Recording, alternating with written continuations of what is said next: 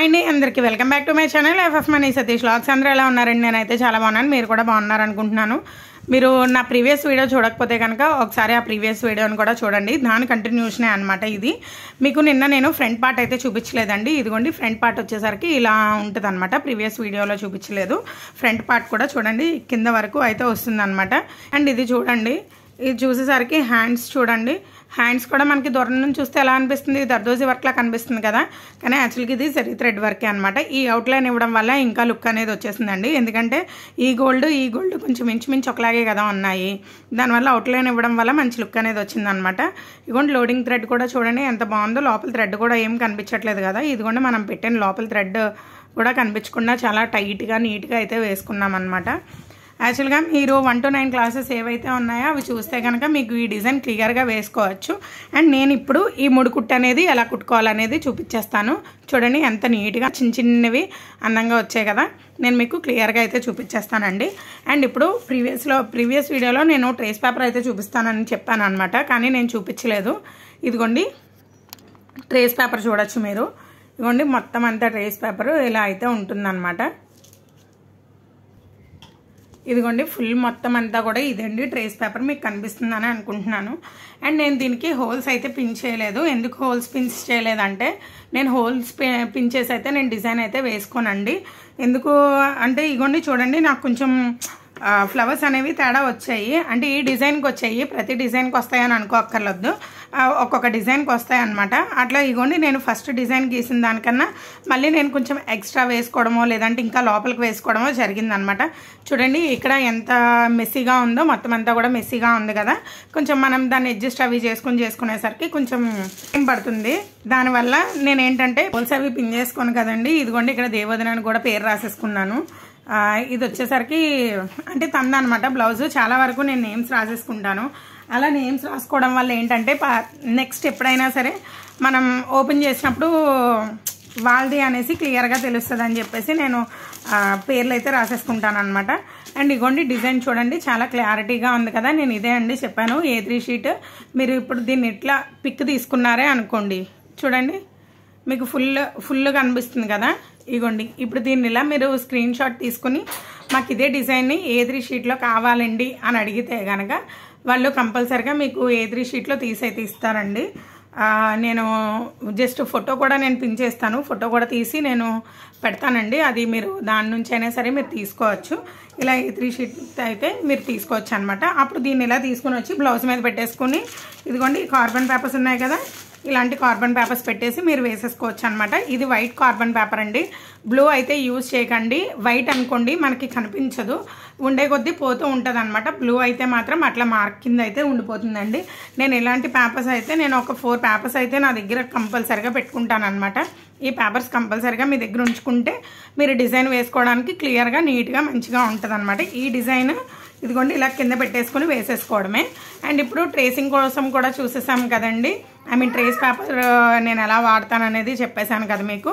Design అయితే ఇలా గీసేసుకుంటాను, దీన్ని హాఫ్ మడత పెట్టి గీసేసుకుంటాను. ముందు ప్రీవియస్ వీడియోలో కూడా ఉన్నాయండి నేను ట్రేస్ అవుట్ ఎలా చేస్తాను అనేది. ఇదైతే ఈ డిజైన్కి సంబంధించిన ట్రేస్ పేపర్ అనమాట. ఇప్పుడు మనం ముడికుట్టు ఎలా కుట్టుకోవాలనేది చూసేద్దామండి.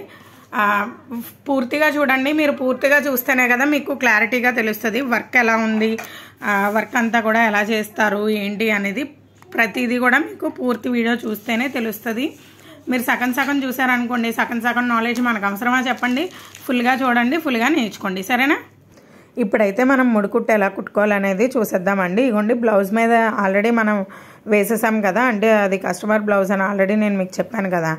అయితే ఆ బ్లౌజ్ మీద ఎలా అయితే మనం ముడికుట్టు ఎంత నీట్గా అయితే వచ్చిందో అలానే నేను ఇప్పుడు కూడా ముడికుట్టు ఎలా వేసుకోవాలనే దాన్ని చూపిస్తానండి. నేను మొత్తం అన్ని ఫ్లవర్స్ అంటే అన్ని ర్యాక్లు చేయకపోవచ్చు, నేను ఒక ర్యాక్ మాత్రం కంపల్సరిగా చూపిస్తాను. ఎందుకంటే మొత్తం అన్ని ర్యాక్లు వేయాలి అంటే మనకి వీడియో ఇంకా లెంత్ అయిపోద్ది కదా, అందుకని నేను ఒక ర్యాక్ మాత్రమే వేస్తున్నాను.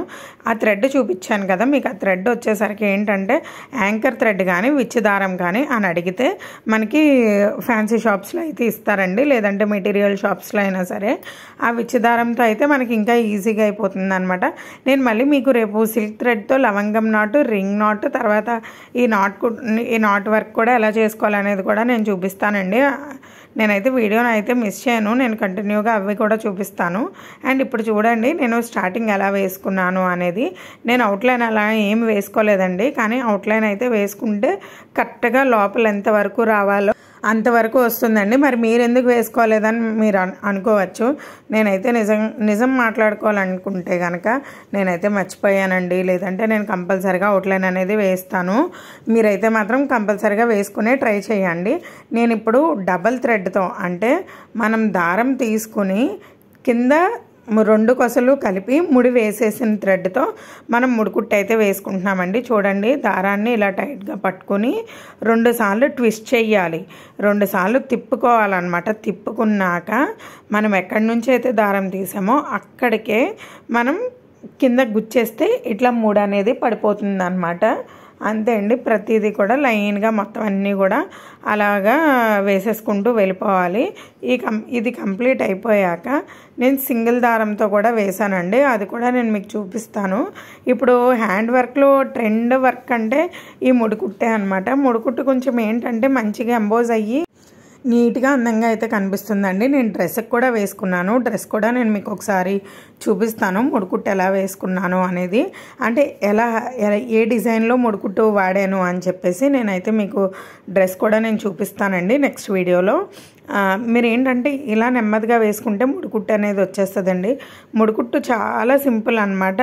అది రింగ్ నాట్ అయితే కొంచెం కష్టము, కానీ ఇదైతే మాత్రం చాలా సింపుల్ అండి. ఏదో పైన 2 సార్లు ట్విస్ట్ చేసి కిందకి దించేయడమే, కానీ నార్మల్ నీడిల్తోనే అవుతుందండి. యారీ నీడిల్తో అయితే అస్సలు అవ్వదు అనమాట. యారీ నీడిల్ అంటే మగ్గం నీడిల్తో అయితే మాత్రం అసలు అవ్వదు. ఓన్లీ ఇదే హ్యాండ్ థ్రెడ్తో మాత్రమే అవుతుంది. మనం చేతి పని మాత్రమే చేసుకోవాలన్నమాట.